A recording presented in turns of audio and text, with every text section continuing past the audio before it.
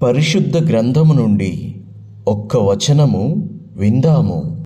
కీర్తనల గ్రంథము 31వ అధ్యాయము 24వ వచనము. యెహోవా కొరకు కనిపెట్టుకుని వారులారా, మీరందరూ మనసున ధైర్యము వహించి నిబ్బరముగా నుండుడి. పరిస్థితులు అన్నీ నార్మల్గా ఉన్నప్పుడు ఎవరైనా నిబ్బరంగానే ఉంటారు, కానీ పరిస్థితులు తారుమారైనప్పుడు నిబ్బరంగా ఉండాలంటే కష్టమే, విశ్వాసంగా ఉండాలంటే కష్టమే. అసలు మన విశ్వాసాన్ని ప్రభువు మీద మనం చూపించవలసింది ఎప్పుడో తెలుసా? తారుమారు అయినప్పుడే, అటుది ఇటుది అయినప్పుడే, శోధనలో ఉన్నప్పుడే. అయితే యెహోవా కొరకు కనిపెట్టుకుని వారులారా, మీరందరూ మనసున ధైర్యము వహించి నిబ్బరముగా ఉండమని ప్రభు చెప్తున్నాడు. ఆయనే చెప్తున్నాడుగా, ఇంకెందుకు భయం నీకు?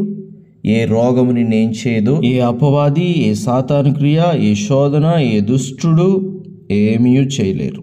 నీ ప్రభు దేవదూతలను నీ చుట్టూ కావలిగా ఉంచుతాడు. అగ్ని రథములు కలిగిన దేవదూతలు నీ చుట్టూగా ఉంటారు కనుక అన్ని విషయాలలో ప్రభు నిన్ను కాపాడుతాడు. అన్ని విషయాలలో ప్రభు నీకు క్షేమాన్ని అనుగ్రహిస్తాడు. మనమైతే మన జాగ్రత్తలు మనముంటూ ప్రభువు వాక్యానుసారంగా నడుచుకుంటూ ముందుకు సాగుదాం. దేవుడు మిమ్మల్ని దీవించునుగాక. ఆమేన్.